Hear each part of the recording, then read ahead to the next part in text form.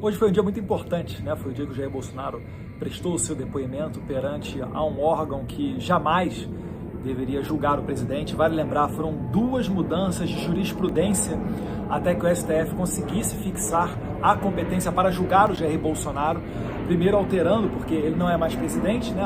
Puxando para si a questão de ser ex-presidente, e depois também colocando o Bolsonaro dentro do processo por conexão, porque o deputado Alexandre de Moraes estava sob a mesma investigação e pelo fato de ser deputado, ele tem foro no STF e isso puxaria todos os demais. Então são vários manobras jurídicas para você conseguir puxar isso para dentro do STF. Mas ainda assim, o outro caso que deixa tudo tão claro, até um leigo conseguir enxergar a arbitrariedade que está acontecendo, começou no início da oitiva.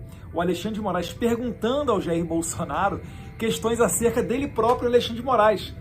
Me chamou disso, reunião daquilo, o que vocês falaram sobre mim, etc e tal. Então, mais ou menos, essa foi a toada, principalmente no começo da audiência, né? O Bolsonaro conseguiu expor isso tudo de uma maneira onde ele não permitiu que o seu adversário o interrompesse. Então não adiantaria de nada o Bolsonaro falar alto, bater na mesa, etc., porque isso daí mostraria destemperamento, não resultaria em nada de benéfico para ele e ainda daria a chance para muita gente concordar se o Alexandre de Moraes chegasse e falasse, né, para ele ficar quieto ou até mesmo interromper o depoimento de Jair Bolsonaro.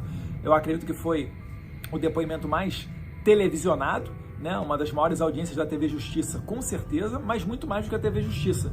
Vários outros canais, Fio Diário, Paulo Figueiredo, vários outros blogs, vlogs, perfis, estavam transmitindo essa sessão. Então foi uma oportunidade boa para o Jair Bolsonaro colocar adiante tudo aquilo que ele sempre defendeu. Eu vou fazer uma apanhada aqui, uma espécie de resumo daquilo que eu fui tweetando no decorrer do julgamento.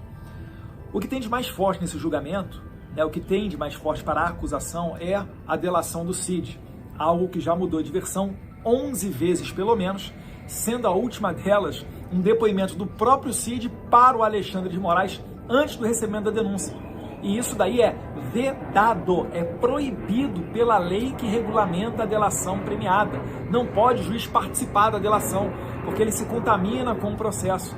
Então, além do impedimento do Alexandre de Moraes, que se diz vítima disso tudo, e ele mesmo acusa e manda a Polícia Federal executar, né, um destacamento da Polícia Federal executar suas ordens, a revelia mesmo até da própria direção-geral da PF, você também tem esse conteúdo. E aqui, na delação do Cid, você percebe que faltou robustez. O próprio Cid fala várias vezes, não, o presidente falou que jogaria dentro das 4 linhas da Constituição.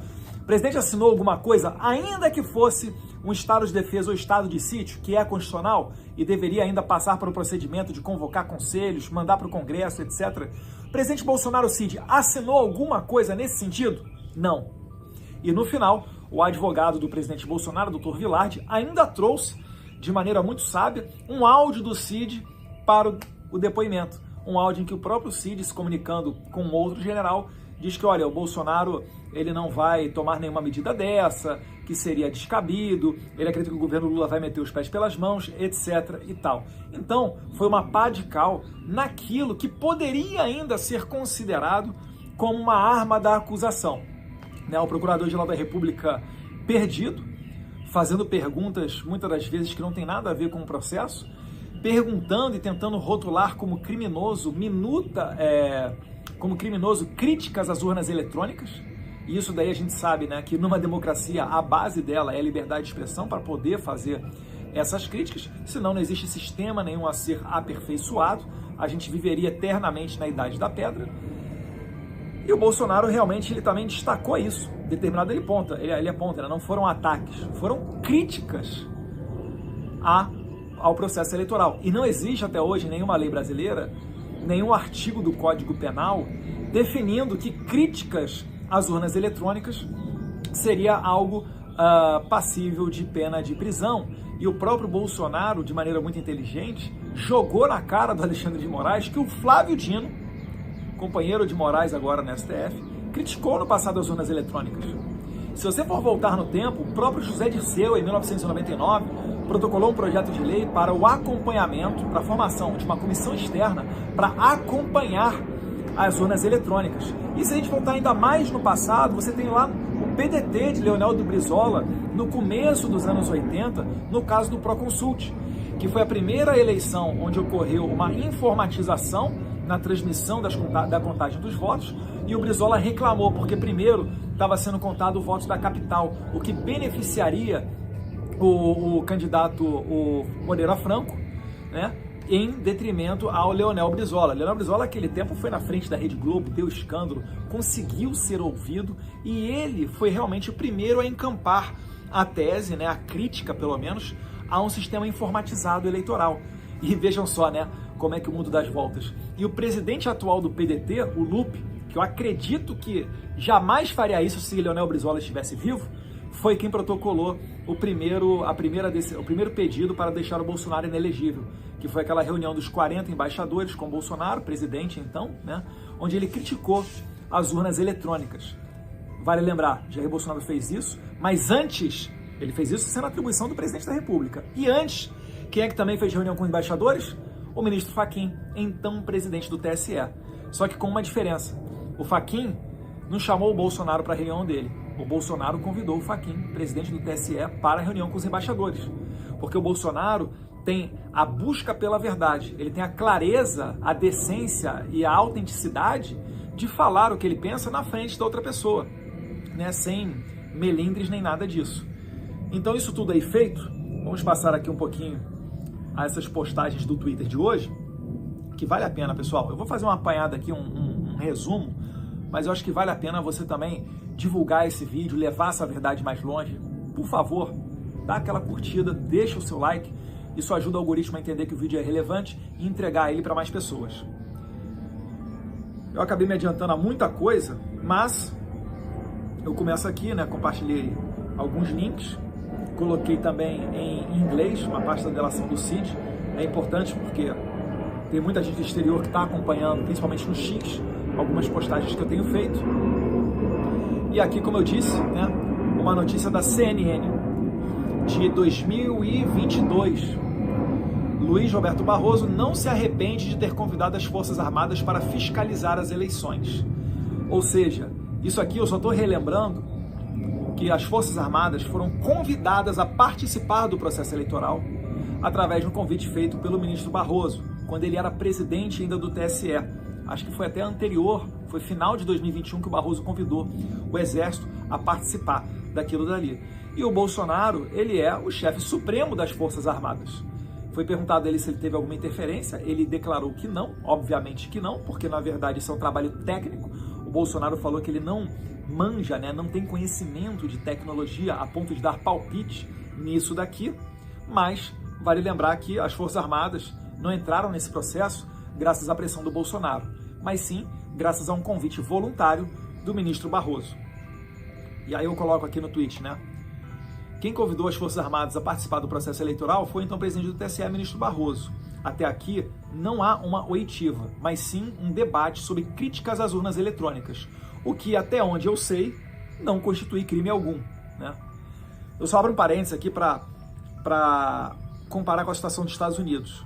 Vocês lembram da foto do Trump, a famosa mugshot, em que o Trump tirou fazendo aquela cara assim de bravo, torcendo um pouquinho a cabeça? Então, essa foto daí foi do indiciamento do Trump lá na Geórgia. Na Geórgia, ele foi processado justamente por esse mesmo motivo, que foi criticar o processo eleitoral. Tem vários vídeos da Hillary Clinton e vários outros expoentes da esquerda americana, do Partido Democrata, fazendo as mesmas críticas ao processo eleitoral norte-americano. Só que em 2016, quando a Hillary perdeu, ela pôde criticar. Por que o Trump, quando ele perdeu em 2022, ele não pôde criticar? Entende como a estratégia da esquerda é a mesma? Dominar os meios de comunicação, tentar monopolizar a narrativa para fazer com que fatos que não são crimes levem seus opositores à cadeia, para retirar eles da corrida presidencial. E o Trump aqui nos Estados Unidos, as acusações que ele tinha, somadas todas as penas que ele poderia tomar, passava de 300 anos de cadeia. A esquerda fez um inferno na vida do Trump, assim como tentam fazer com a vida do Jair Bolsonaro. Por quê? porque ele lidera as pesquisas para a eleição presidencial de 2026. Se ele fosse um Zé Ninguém, se ele tivesse feito algum acordo com o sistema, isso jamais estaria acontecendo com ele, né? Mais à frente aqui, uma matéria do GovBR, relatório das Forças Armadas não excluiu a possibilidade de fraude ou inconsistência nas urnas eletrônicas. Isso matéria de novembro de 2022. O que ocorre? Basicamente, ainda decidindo aqui falando sobre o sistema eleitoral, né, brasileiro, que na minha visão foi a causa do 8 de janeiro. O 8 de janeiro foi uma revolta em virtude da maneira como foi conduzida a eleição por esse TSE presidido pelo Alexandre de Moraes. Se eu ainda tiver direito à opinião, né? Acho que agora, enquanto cidadão americano, eu tenho até... Cidadão americano não, porque eu não sou cidadão americano, né? Mas estando em solo americano, eu tenho muito mais liberdade para fazer esse tipo de coisa, inclusive citando o nome do Moraes, do que qualquer brasileiro, né? Que está aí debaixo da batuta do Moraes.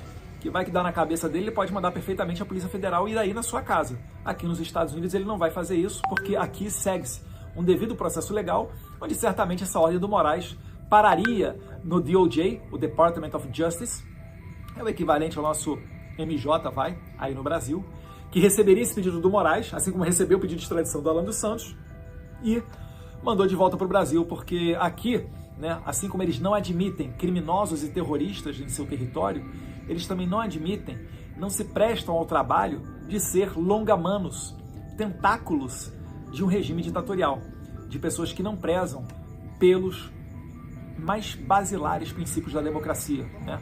Ampla defesa, contraditório, devido processo legal e etc. E essa notícia daqui, por que eu trouxe essa notícia daqui do relatório das Forças Armadas? Porque ela é basicamente a mesma conclusão que chegou àquela comissão de 2014, feita pelo PSDB, uma auditoria paralela, e o PSDB não foi multado em 22 milhões de reais, onde eu lembro perfeitamente até o próprio deputado Carlos Sampaio, promotor de justiça, falando que as urnas eletrônicas elas são impassíveis de serem auditadas, impossíveis de serem auditadas. E foi basicamente isso que esse relatório das Forças Armadas também disse. Falou, olha, há indícios de vulnerabilidade, mas a gente precisa do código-fonte, precisa para fazer uma perícia mais aprofundada, e sem esses dados fica complicado a gente dizer que há ou que não há fraude, mas existem muitas vulnerabilidades. E aí o Moraes recebeu isso e falou dane-se para o que estava escrito no papel e começou a falar que, olha, agradeço a participação das Forças Armadas e as Forças Armadas chancela de que é impossível encontrar fraude na urna eletrônica. E não foi isso que esse relatório das Forças Armadas e o relatório do PSDB de 2014 acabou concluindo. Para mim, na minha opinião, essa eleição de 2014, que o Aécio perdeu para Dilma, já foi muito estranha, para dizer o mínimo, né? Eu finalizo aqui lendo meu tweet. O relatório do Exército dizia, tal qual a auditoria feita pelo PSDB em 2014 e vocalizada pelo deputado Carlos Sampaio, de São Paulo, que as urnas contêm vulnerabilidades e seria preciso aperfeiçoar o sistema eleitoral. Isso não é a opinião de Bolsonaro, é um fato, né? Se você quiser, não acredite em mim, por favor, não acredite em mim, dê um Google, vá no ChatGPT, faça essa pesquisa você por conta própria, que você vai ver que o que eu estou falando aqui não é nenhuma fake news, né? No mais, aqui ainda veio uma pergunta para tentar colocar Bolsonaro, tentar talvez dragar ele para dentro do processo da Carla Zambelli. Uma pergunta aqui que o Moraes tenta vincular Carla Zambelli e Marcos Duval à suposta tentativa de golpe da Disney. E aí o Bolsonaro basicamente falou que não teve nenhum tipo de envolvimento, que ele apenas recebeu... Vou acompanhar aqui a resposta do presidente? Acho que vai ficar tranquilo, não é nem um minuto. Um hacker e com a deputada Zambelli, que teria levado esse hacker sugerindo que ele poderia invadir o TSE, e o senhor teria encaminhado a uma... Primeiro de tudo, né? Você pode invadir o TSE, então o ministro Barroso, quando ele falava, quando ele era presidente do TSE, que as urnas eletrônicas, o sistema do TSE são invioláveis, não era nem para eles se preocuparem com isso, correto? Pelo visto não, né? Até porque o inquérito que o Moraes transformou em sigiloso, o inquérito de 2018, da invasão hacker de 2018, né, comprovou que houve uma invasão hacker. Inclusive, o hacker que invadiu e deu um depoimento anônimo para a revista Tecmundo, ele diz que tinha a senha do ministro Sérgio Banhos. Se essa senha foi roubada ou se ela foi dada ao hacker, ninguém sabe. É claro, eu não vou partir da presunção de culpa do ministro Sérgio Banhos, né? Não conheço o ministro, mas muito provavelmente isso daí deve ter sido hackeado, deve ter sido roubado dele, e o hacker transitou dentro do sistema do TSE. O curioso é que no segundo passo da investigação, quando a PF, então, após o TSE confessar que houve essa invasão, a Polícia Federal pede os registros log para saber por onde o hacker caminhou dentro do sistema do TSE, o TSE responde que os registros foram apagados de maneira inadvertida, pois uma empresa privada terceira era quem guardava esses dados. Aí é Brasil, né? Acredite, né? Cada um que tira as suas conclusões. Vamos continuar aqui com a pergunta do Moraes e a resposta do presidente Bolsonaro. Reunião no Ministério da Defesa para ser recebido pelo general Paulo Sérgio. Olha, a Carla Zambelli levou o hacker, eu recebi, não entendo nada de informática, não senti confiança nele como de praxe, né? De acordo com o Ministério, eu encaminhei o hacker aí para começar a transparência eleitoral e nunca mais tive contato com ele. O senhor teve algum retorno do general Paulo Sérgio sobre a eventual reunião? Nem sei se foi recebido na defesa ou não. Algum retorno da deputada Zambelli? Não. Falando ainda em reuniões interessantes, o senador Marcos Duval... A Globo News está brava. Aí aqui acabou, né, a parte do vídeo, mas ele segue com o Marcos Duval e basicamente foi a mesma questão, né? Uma reunião, levaram para ele algumas situações e ele negou ou deu o encaminhamento onde isso daí saía da alçada do presidente Bolsonaro. Foi o que ele falou aqui com relação a esse hacker. A rotina de um presidente é uma rotina cavalar, né? O presidente que quer trabalhar. É para acordar de madrugada e só ir dormir na madrugada do dia seguinte. Então o presidente Bolsonaro, o que ele fazia? Ele recebia as autoridades, né? Era uma maneira até dele conseguir ter a noção do senso comum, de ter uma interação indireta com o seu eleitorado. Então quando chegava um deputado ou um senador, muitas das vezes ele tinha êxito nessa tentativa de encontrar com o presidente Bolsonaro. Ele recebia, ouvia a demanda e muitas das vezes as pessoas chegavam acompanhadas. Isso era muito comum. E nesse caso da Carla Zambelli, ela foi acompanhada de um hacker, teve uma reunião com o presidente, apresentaram alguns argumentos e o presidente falou, olha, disso daí eu não manjo, mas tem uma comissão externa lá do Exército, o Exército inclusive tem a parte de cyber interna deles e encaminhou para lá. E depois ele não sabe mais qual foi o resultado disso, mas muito pelo visto, né, não resultou em absolutamente nada.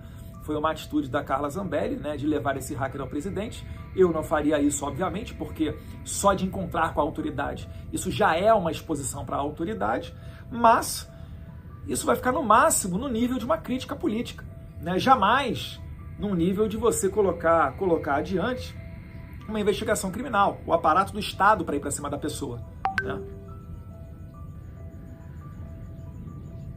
Mais adiante aqui, essa aqui é bem interessante, né? O meu tweet foi: talvez Moraes jamais tenha visto, e daí ele interpela Bolsonaro dessa maneira. Mas existem diversos vídeos levantando suspeitas sobre as eleições de 2018. Porque o Moraes ele começa a perguntar, né?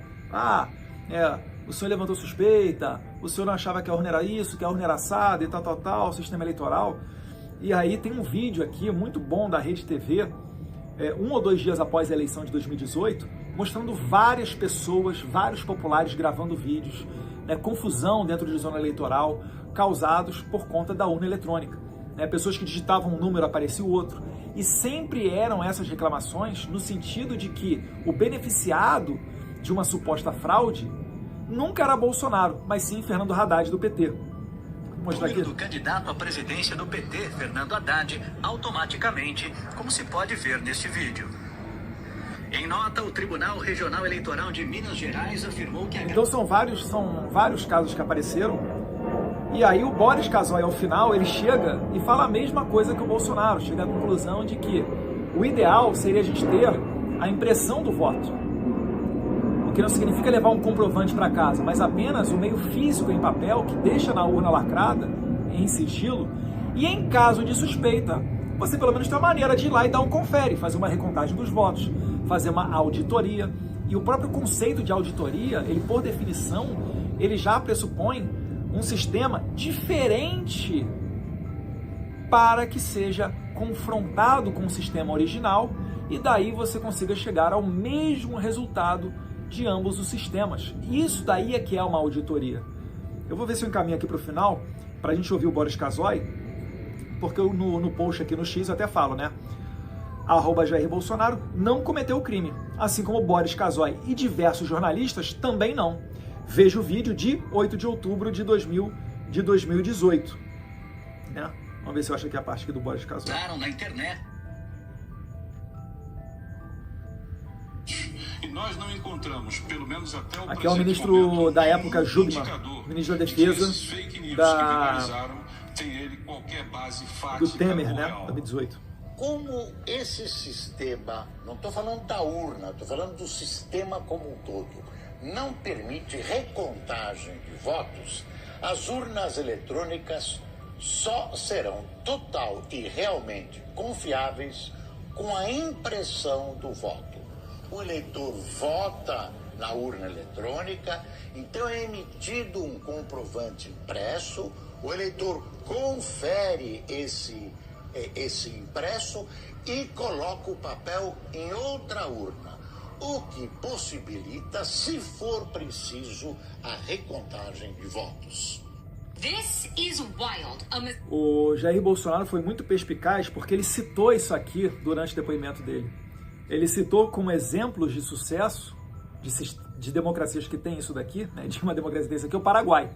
E demonstrou o atraso do Brasil é tão crônico nesse tema que a gente está atrás da Venezuela, que na Venezuela existe a votação impressa.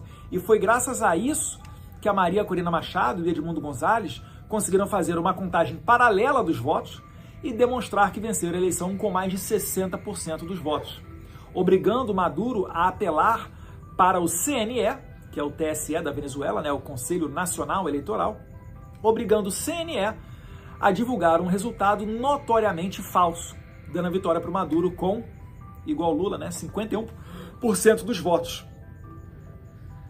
E é engraçado, né, porque o Zé Dirceu, ele sempre foi um intelectual do PT, né, militou nos anos 70 na guerrilha, foi trocado pelos presos, foi trocado pelo embaixador americano porque ele era preso naquela época, enfim. E o Zé Dirceu, em 1999, tinha muita desconfiança com relação à urna. E hoje em dia ele não tem mais. Por quê? Porque em 2002 o Lula foi eleito. Inclusive, vale lembrar que em 2014 ou 15, se eu não estiver enganado, a Dilma Rousseff, depois de uma reunião da Unasul, que é o nome fantasia para o Foro de São Paulo, né, a agremiação, um grupo que continha todos os presidentes de esquerda da América Latina, basicamente, quase todos eles, eles chegam no final e fazem uma declaração conjunta dizendo que era objetivo dos países da Unasul buscar pela unidade eletrônica eleitoral. Talvez tenha encontrado na urna eletrônica a chave do sucesso, né? Mais um tweet aqui.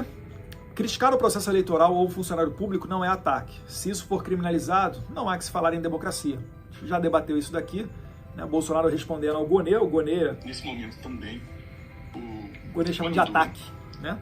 Daquela live de 29 de julho de... Essa live de 29 de julho de 2021 foi a live que o presidente Bolsonaro fez junto com o Felipe Barros, onde eles expõem que o inquérito da Polícia Federal sobre a invasão hacker de 2018, ele ainda não foi concluso. E por que eles fizeram isso naquele momento? Porque era um ano antes da eleição. A nossa Constituição preza que um ano antes da eleição, toda a legislação tem que estar pronta para que não haja surpresa ou mudança da regra eleitoral no meio do caminho, perto de uma disputa eleitoral. Então, é o princípio da anuidade eleitoral. Um ano antes da eleição, ou seja, em outubro de 2021, acabaria-se o prazo para as alterações legislativas que entrariam em vigor para a próxima eleição, no caso, a de 2022. Vale lembrar, depois dessa explanação do Bolsonaro, Moraes botou o carimbo de sigiloso nesse inquérito, que até hoje, desde 2018, ainda não teve uma conclusão, não teve um desfecho, e você agora não pode ter acesso a ele, a não ser que você recorra, né, aí com o Google, VPN, etc., recorra aí a algum instrumento da internet para conseguir acessá-lo. 2021, as pesquisas de opinião já mostrava uma queda de popularidade do governo que ele liderava. E nesse momento também começaram a ser intensificados os ataques ao processo eleitoral. Ataques ao processo eleitoral. Tá errado, Gonet. Pelo amor de Deus, o senhor é o chefe máximo do Ministério Público. Eu gostaria de saber, do senhor Bolsonaro, se é possível extrair uma relação de causa e efeito entre esses fenômenos. Ele está dizendo então que a popularidade do Bolsonaro abaixou e o Bolsonaro estava aumentando a crítica ao processo eleitoral, porque ele acha que o Bolsonaro é igual ao pessoal da esquerda, que faz o diabo pelo poder, para se perpetuar no poder. Por favor. A causa e o efeito é a condução do TSE. Eu não falo palavras Aqui foi o Paulo Figueiredo, tá? A causa e efeito é a condução do TSE. Se o TSE não tivesse mecanismos de transparência mínimos de uma democracia moderna, nada disso aí seria necessário. Seria esvaziado os tais ataques do Bolsonaro à urna eletrônica. Se tivesse voto impresso, o próprio Moraes poderia chegar e falar: Bolsonaro, tá vendo como é que você é um lunático? Tem voto impresso, ocorreu uma recontagem, a urna eletrônica dá o resultado correto. Tira isso da sua cabeça e aceite o resultado. Mas não. O que eles fizeram? Foram pelo caminho justamente oposto, dizendo que não é possível implementar o voto impresso. O próprio STF declarou a inconstitucionalidade da lei aprovada em 2017. Final de 2017, o Congresso aprovou uma lei. Começo de 2018, tem um vídeo que até circula bastante nas redes sociais, de ministros do STF fazendo testes na urna eletrônica com voto impresso e elogios à nova máquina, que fala-se em um aperfeiçoamento do sistema eleitoral. Só que aí, a Procuradora-Geral da República à época, Raquel Dodge, entrou com argumentos no STF, dizendo que o voto impresso colocaria em risco o sigilo da votação, que isso seria sagrado. Diz ela que caso a impressora emperrasse e você necessitasse da ajuda de um mesário, ele iria ver em quem você votou. Ou até, com base em muita desinformação da época, alguns ministros podem ter achado que a pessoa levaria o comprovante para casa. E não é nada disso. Porque isso daí sim poderia representar um risco, A pessoa leva um comprovante para mostrar, por exemplo, ao traficante de drogas da favela dominada pelo tráfico que ela mora, para mostrar: eu votei nesse candidato. Vocês imaginem quem que o traficante ia pedir para você votar, caso isso daí fosse possível. Então, com argumentos bizarros como esse, bizarros por quê? Porque assim como a impressora pode travar, a urna eletrônica ela pode congelar. Ou isso nunca aconteceu num computador da sua casa, ou mesmo no smartphone, onde você dá um reset no telefone caso tenha algum problema mais sério nele. Então, são argumentos, no meu ponto de vista, bizarros, que levaram a anular, a dar como inconstitucional a última lei sobre o voto impresso, porque antes, pelo menos em outras 2 oportunidades, leis semelhantes foram aprovadas e o STF sempre as declara como inconstitucionais. Mas isso daqui tem que ser dito, tem que ser registrado, devidamente registrado. Se o voto impresso for implementado, isso não será um retrocesso, mas sim um aperfeiçoamento. Deixando claro que o ideal, o voto pode ser até na pedra, tá, pessoal? O ideal é que a contagem dele seja pública. Numa democracia saudável, o sistema eleitoral ele é tão simples quanto necessário para que o mais ignorante dos eleitores entenda o sistema. Que aí ele se sente parte do sistema. Ele vê que realmente a vontade dele importa. Ele está sendo representado por aqueles burocratas, que vão fazer a contagem dos votos. Porque ele vai conseguir, junto com os burocratas, contar o voto. E não o contrário. Hoje em dia, o Estado brasileiro ele pede para você um voto de confiança. Confia em mim, acredita, vai dar certo. O Moraes vai contar aqui o voto numa salinha com umas 15 pessoas, vai sair da sala, vai dizer o resultado oficial e os 220 milhões de habitantes do Brasil vão concordar. É claro que isso daí não vai dar certo. É até natural do ser humano a desconfiança. Cabe a você, enquanto servidor público, saber que você presta um trabalho para o público e não o contrário, Vamos ver aqui, o presidente Bolsonaro. Críticas, como eu vi aqui, crítica do então candidato. Isso, perfeito. Crítica a Lula, Brizola, Zé Dirceu e tantos outros parlamentares. Então a crítica, no meu entender, está longe de ser um ataque. A imprensa gosta de usar a palavra ataque quando está meu nome. Muito bom. Aqui ele ensinou que o Gonet está comprando a versão da imprensa, está se comportando como imprensa, não como acusador de um processo jurídico. No balcão. Então, respeitosamente, eu não uso a palavra ataque. Críticas No meu entender, o Estado Democrático de Direito são bem-vindos. Fundamental. Melhor resposta dessa gente. Eita, como é que saiu de mim aqui agora? Então, né, pessoal, isso aqui só demonstra o nível da nossa democracia relativa, né?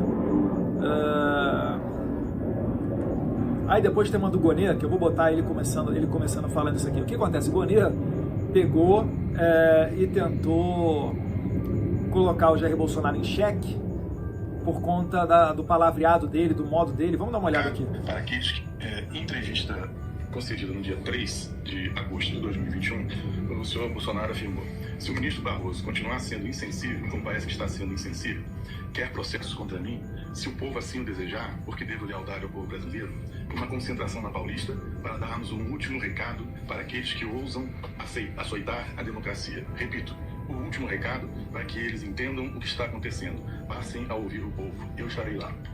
Em seguida, no dia 7 de setembro de 2021,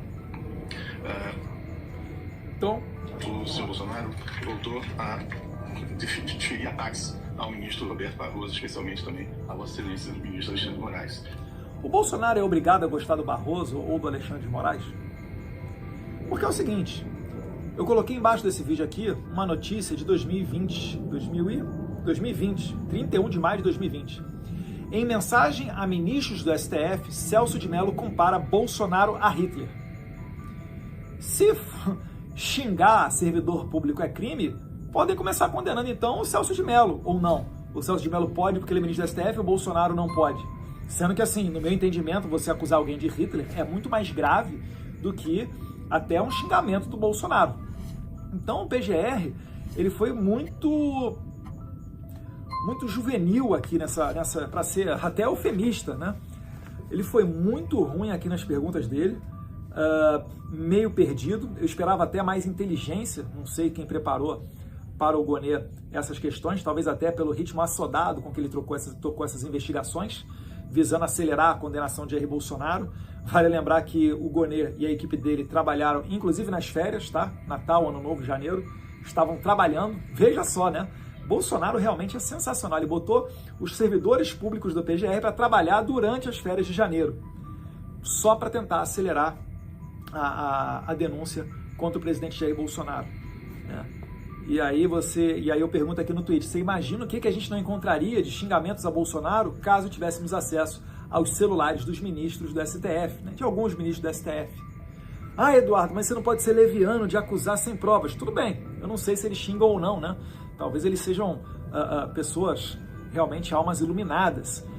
Eles poderiam abrir o WhatsApp deles e mostrar para todo mundo. O que vocês acham? Já que eles gostam de fazer isso com os outros e eles não têm nada a temer, eles poderiam abrir seus celulares, imagina só, né? Para todo mundo ter acesso. Será que eles fariam isso pelo bem da democracia e do bom debate? Acho que não, né? Aqui, aí tem um tweet aqui que eu compartilhei a Atsuki, mostrando um vídeo aqui do Anderson Torres. A Atsuki fala, né? Vamos dar um golpe e enviar a minuta pelos Correios, kkkk, né? Aí tem aqui a notícia da Globo News. Torre diz que recebeu minuta pelo correio, porque o então ministro da Justiça, o ex-ministro da Justiça, né, o Anderson Torres, ele fala que o papel que ele recebeu, várias outras pessoas receberam, né, e tinham vários erros de português, não estava assinado por ninguém, erro de concordância, e aquilo dele estava guardado numa pasta que provavelmente ele iria despejar mais adiante. Então, quando a Polícia Federal encontrou isso na casa dele, nem ele sabia daquilo. E eu falo para vocês, enquanto deputado federal, acontece comigo também. Você está andando pelas comissões, para quem já foi a Brasília e vê como é que é uma semana de um parlamentar, ainda mais uma semana atribulada, um parlamentar de São Paulo, que representa muita gente e chega muita demanda, inclusive de fora de São Paulo e de fora do Brasil, muitas vezes a pessoa, ela sabe que não vai ter muito tempo com o deputado. Então, o que ela faz? Ela prepara um material, prepara um papel, às vezes deixa com a assessoria, às vezes deixa com o deputado. E, invariavelmente, vez ou outra, eu posso perfeitamente chegar em casa e ter esse tipo de coisa guardada numa pasta. Deixo lá no meu escritório, fica lá um calhamaço de coisas. Às vezes, no final do ano, ou de tempos em tempos, eu dou uma limpada na mesa, naqueles arquivos. Mas, lamentavelmente, isso ocorreu e encontraram essa tal minuta, que eu acho que, inclusive, que é sobre estado de defesa ou estado de sítio, na casa do Anderson Torres. E aí prenderam ele. O mais curioso é que não foi somente isso, né? É que também perguntaram ao Bolsonaro sobre essa minuta. Eu tenho quase certeza que foi essa. Se não foi essa, foi a do Cid. E aí o Gonê pergunta, né? Bolsonaro, foi encontrada na sua casa uma minuta do golpe, que eles falam minuta do golpe, né? Vem com a narrativa pronta. E aí o Bolsonaro fala, não, isso daí estava na minha casa porque estava no processo, estava nos autos. Então tiraram cópia do processo, os advogados provavelmente, né, deram para ele, Bolsonaro, estudar, e no meio do processo estava essa minuta. Vocês conseguem entender o nível de Chaves e Chapolin, que é essa coisa daqui? Cara, isso aqui é bizarro. Isso daí é a segunda maior democracia do Ocidente. Tá? Quinto maior país do mundo em termos de território, quinto ou sexto de população. A gente vai ficar atrás aqui de China, Índia, Estados Unidos, Rússia, Indonésia, Brasil, sexta maior população. Quinto maior em território. E aí, finalizando, indo aqui, caminhando já para o final, eu botei aqui uma pergunta feita pelo Dr. Vilardi, que inclusive tem se saído muito bem, não só hoje no depoimento do Bolsonaro, mas ontem também com o Coronel Cid. Vale lembrar que antes de você fazer uma análise e até formar uma convicção acerca do trabalho de alguém, você entendeu o seguinte: o Dr. Vilardi, assim como o Dr. Paulo Bueno, eles são advogados. O trabalho deles é totalmente diferente do meu. Eu sou um deputado federal, ainda que licenciado hoje em dia, né? Mas eu faço o quê? Eu tenho que falar, eu tenho que falar, eu tenho que representar as pessoas, eu tenho que dar voz àquilo que a pessoa que votou em mim desejaria fazer.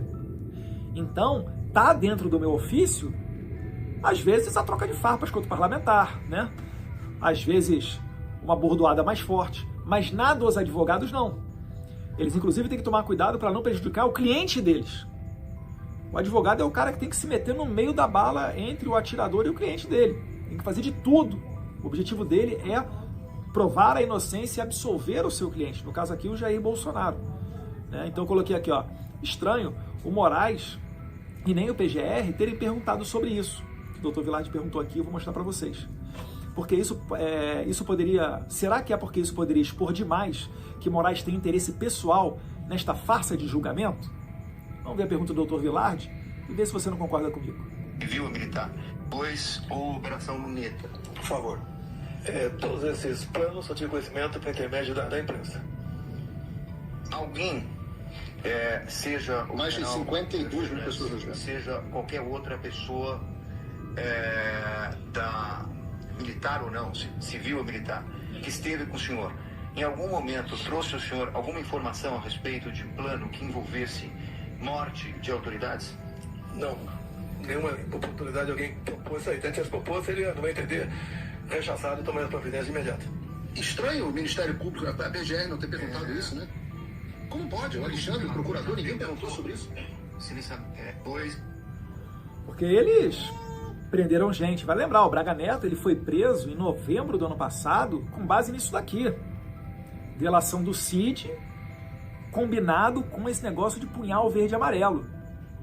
Plano para assassinar pessoas, inclusive Lula, vice-presidente, etc. Bem, isso daí foi o que circulou na imprensa. Seria natural você esperar que, devido à gravidade que é um crime de homicídio, um planejamento dessa estirpe, seria natural que a parte acusatória perguntasse a Bolsonaro. Mas não. Quem é que perguntou a Bolsonaro sobre esse tema? A sua defesa. Por quê? Porque Bolsonaro não tem nada a temer. Porque ele sabe que isso tudo é uma farsa e conspira a favor de Jair Bolsonaro a verdade. Consegue compreender por que o Moraes não persegue a verdade? Por que ele tem que calar todo mundo? Por que ele tem que se mostrar como uma pessoa poderosa e cruel para intimidar os outros que por acaso pensem em criticá-lo? É por isso. Como que o PGR e o Moraes, que certamente se prepararam muito bem para esse dia daqui, não perguntaram sobre um plano de assassinato do Moraes? Eu acho que ficaria assim, ainda mais evidente. Seria não uma piada pronta, né? Mas seria a defesa pronta se o próprio Moraes perguntasse: Bolsonaro, você participou ou teve ciência de algum plano para me assassinar? Quem está fazendo essa pergunta é o cara que vai julgar o Bolsonaro. É tipo você entra numa confusão com o teu vizinho, né? Ou tá num jogo de futebol, saem uns tapas lá no meio do jogo, E quem é que vai julgar a questão toda do conflito? O time A ou B ou o vizinho A ou B.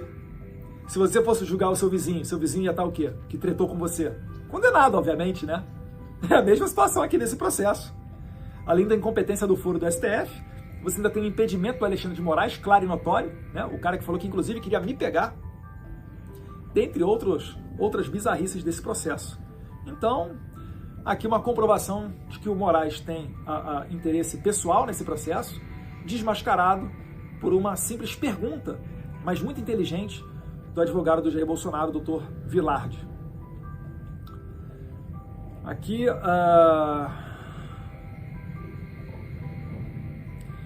foi a grande questão do convite para vice. Né? Vou mandar as imagens para o senhor aqui, como é que o povo trata a gente na rua, tá? Eu declino. Declino, sim, senhor. Posso fazer uma brincadeira? O senhor não sabe. Eu perguntaria aos seus advogados. Eu gostaria de convidá-lo para ser meu vice em 26. É isso aí. Eu declino novamente. O que acontece, né? O Bolsonaro, ele é muito espirituoso. Eu conheço meu pai, aquele famoso clássico tiozão do churrasco, né? Em que pese aqui o momento ser muito sério, e eu acredito que ele está prestes a ser condenado, ainda assim ele faz uma brincadeira dessa. Mas é importante a gente ressaltar algumas coisas que estão por trás, assim como aquela piada, né? Piada não, mas o tom jocoso em que ele falou do ice cream and popcorn sellers, né, que ele falou durante um discurso na Paulista, levou aquela mensagem para o mundo inteiro, porque foi algo que até a esquerda compartilhou, zombando dele, achando engraçado a maneira que ele falou inglês, mas isso levava também a mensagem de que, calma aí, por que esse cara está falando isso desse jeito? Ah, é porque prenderam um vendedor de pipoca e sorvete durante o 8 de janeiro no Brasil. Esses são os terroristas brasileiros. Ah, aqui eu vou ler para vocês e vocês vão entender como que essa piada ela teve um efeito muito além da risada. Para ser considerado piada, temos que partir do pressuposto de que as pessoas que estão escutando, a plateia, né, conheçam o contexto e a realidade. Ou seja, todo mundo sabe que o Moraes quer encarcerar o Jair Bolsonaro. Daí a graça consiste no absurdo cenário apresentado como fictício. Qual o cenário fictício? O do Moraes concorrer como vice do Jair Bolsonaro. Isso seria um absurdo. É o plot twist, né? O plot twist. Qualquer pessoa com 2 neurônios entendeu a ironia da fala do Jair Bolsonaro. Entendeu que a última pessoa do planeta que seria escolhida para vice seria o Moraes. Bolsonaro apenas usou a oportunidade para mostrar que será candidato à presidência em 2026.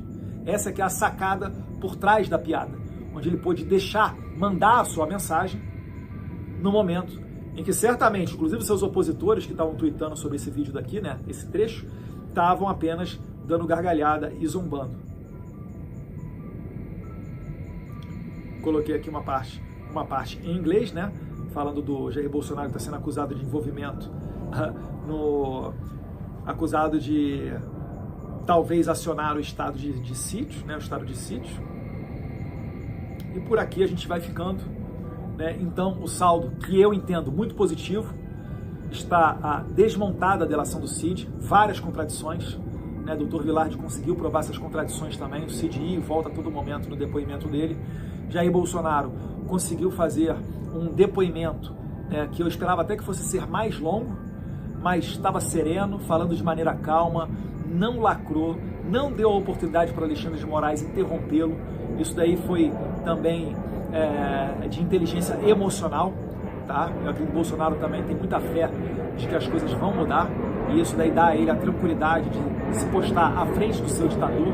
É claro que isso daí não é algo desejado, né? Eu mesmo estou aqui nos Estados Unidos e estou esperando que venha a carta rogatória. Sabe por que ela não vai vir? Porque esse inquérito que foi aberto ontem contra mim, né, para investigar as minhas atividades aqui, em que pese em menos de 2 meses atrás o PGR ter dito que as minhas atividades são totalmente legais e compatíveis com as atividades do deputado federal, o Moraes, essa carta rogatória, ela vai chegar na mesa do DOJ. DOJ hoje é a Pam Bondi. A Pam Bondi tem embaixo de si o US Marshals, que é basicamente quem cumpre as ordens internacionais. Vamos lá, é a Interpol, representa a Interpol aqui nos Estados Unidos, assim como a Polícia Federal representa a Interpol aí no Brasil. Então, uma carta rogatória dessas viria para mim depois de uma avaliação jurídica do DOJ. E o DOJ acabou de comer o fígado do Alexandre de Moraes em 5 páginas, onde ela dá uma aula sobre liberdade de expressão e extraterritorialidade das ordens do Moraes, né, que não se aplicam nos Estados Unidos, fazendo uma referência ao Moraes ter mandado a Rumble a não monetizar determinados perfis, como o perfil do Alan dos Santos, dentre outros. Então, esse contexto todo faz com que o Alexandre de Moraes tenha medo de enviar a sua cartinha de rogatória para o DOJ, porque eles sabem que eu estou morando nos Estados Unidos e é facílimo me encontrar aqui. Todas as autoridades americanas sabem meu endereço, tenho conta de água, conta de luz. Quando você entra na Casa Branca, você deixa o seu endereço. Quando eu viajo aqui, o TSA, que faz a parte dos aeroportos, também sabe o meu endereço. Todo mundo sabe o meu endereço. É só o Alexandre de Moraes mandar as perguntas. Só que ele certamente tem medo porque ele sabe que pode tomar mais um sabão, mais um sermão da DOJ, que inclusive era procuradora do estado da Flórida antes de assumir o cargo de DOJ. E antes dela, quem foi cogitado para assumir essa função foi o Matt Gaetz. O Matt Gaetz, eu fiz algumas entrevistas para ele, Paulo Figueiredo também, para o canal O1, ele deputado federal, né, muito conhecido na Flórida e muito próximo do Trump também. Então, dito isso, a gente segue aqui pedindo para você compartilhar, deixar o seu like, fazer um comentário, que isso é importante para o algoritmo entender a relevância desse vídeo e entregar ele para o maior número de pessoas possível. Se quiser, pode criticar também, não sou dono da verdade não, tá? Não sou o Alexandre de Moraes e como pessoa pública eu sei que faz parte do processo a crítica. Tanto é que o próprio Moraes já me criticou, né, de bananinha, de covarde, e nem por isso eu processei ele. Vamos deixar adiante correr o curso desse rio, que quem ri por último ri melhor. Obrigado a você que já deixou o seu like, um abraço a todos vocês, fiquem com Deus.